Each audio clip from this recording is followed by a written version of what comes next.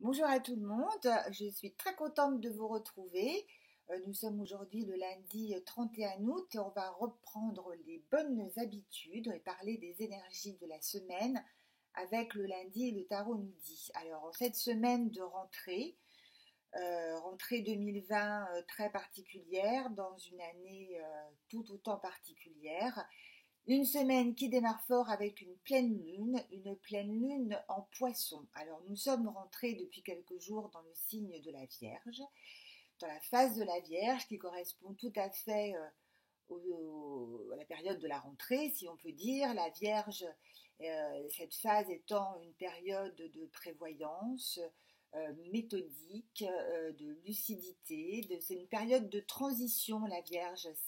On est sur un passage entre l'été et l'automne. On va vers plus d'intériorité. On sort de la lumière du lion. L'intériorité, la rentrée, je trouve que c'est des mots qui sont très adaptés là en ce moment. On va vraiment vers ça, je pense, enfin, oui, jusqu'à la fin de l'année en gros, en tout cas selon les conjonctures astrologiques. Donc cette phase de la Vierge qui nous engage à être organisés et à faire les choses vraiment comme il faut. Alors, on a le soleil en Vierge et en face, on a la lune en poisson. Alors, le poisson, qui est un signe altruiste, beaucoup plus rêveur, etc., c'est pas super copain, mais c'est le principe de pleine lune. Hein. On a toujours deux énergies très opposées. Alors, le poisson, du coup, il va apporter de la confusion, voire du trouble, et déstabiliser, si vous voulez, le côté perfectionniste de la Vierge. C'est qu'on va pas pouvoir faire comme on veut. Hein. Je n'ai pas besoin de vous donner des exemples, je pense que tout le monde a compris.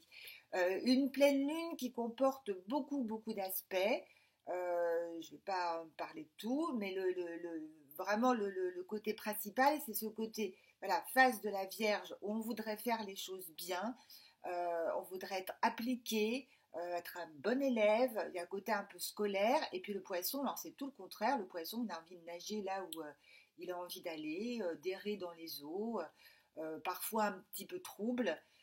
Donc il y a tout ce côté-là extrêmement paradoxal. D'autant plus qu'on a aussi Mercure, la planète de la communication, dans le signe de la Vierge aussi jusqu'au 5 septembre, si je ne dis pas de bêtises. Donc Mercure en Vierge, là aussi, il y a un côté de vouloir bien communiquer, de vouloir bien transmettre les choses, mais avec tous les aspects en face, eh ben, ça passe pas forcément bien. Donc, on a tous ces paradoxes,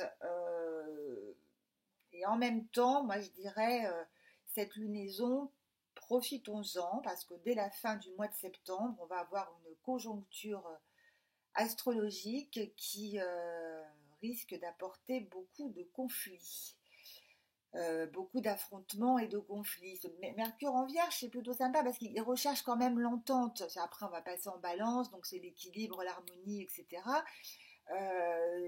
Ça veut, voilà, ça veut pas dire de méchanceté, ça veut bien faire, mais ça va pas durer très longtemps parce que c'est juste qu'au 5 septembre seulement. Donc voilà. Après, mais j'en parlerai très longuement la semaine prochaine parce que ça va vraiment être l'aspect majeur de toute cette fin 2020. C'est à partir du 9 septembre la rétrogradation de Mars en Bélier qui va durer du 9 septembre au 15 novembre, je crois, donc une grande partie de cette fin de l'année. Et là, je pense qu'on va pas trop rigoler. Voilà. Mais chaque chose en son temps, j'en parlerai la semaine prochaine. Donc le message de cette lunaison, c'est euh, on est inspiré, merci le poisson, et on s'organise, merci la Vierge. Voilà, il faut essayer de voir le côté positif et de faire un bon amalgame des deux. C'est un petit peu de revoir nos dossiers au sens propre comme au figuré, de bien les clôturer, de bien faire les choses, de bien s'organiser aussi. On est très axé, c'est pas trop sur le sentimental tout ça, hein, c'est vraiment plus sur le travail, sur le quotidien, sur la vie quotidienne, trouver des nouvelles façons de travailler, des nouvelles méthodes, de revoir un peu sa copie pour voir comment on peut faire autrement. Voilà, c'est un peu ce message-là. Et le poisson peut nous aider à trouver des idées. Et la Vierge, bah, elle fait bien les choses, bien carrées. Elle va jusqu'au bout. Alors pour nous accompagner le jour de la rentrée, j'ai sorti l'impératrice. Alors l'impératrice, une intellectuelle, une femme de tête, une femme qui imagine, mais aussi qui concrétise, qui matérialise, qui va jusqu'au bout des choses. Et l'impératrice est une communicante, elle sait communiquer. Et je pense que la communication et la bonne communication est la base des relations humaines. Voilà, donc je vous souhaite une belle semaine de rentrée. Laissez-vous inspirer par l'énergie du poisson. Alors, la pleine lune, ça dure pas, l'impact ne dure pas très très longtemps. Hein, c'est pas comme la nouvelle lune. Donc, c'est mercredi 2 septembre. Il y a des signes qui vont être plus ou moins touchés, évidemment, et tout dépend de votre thème.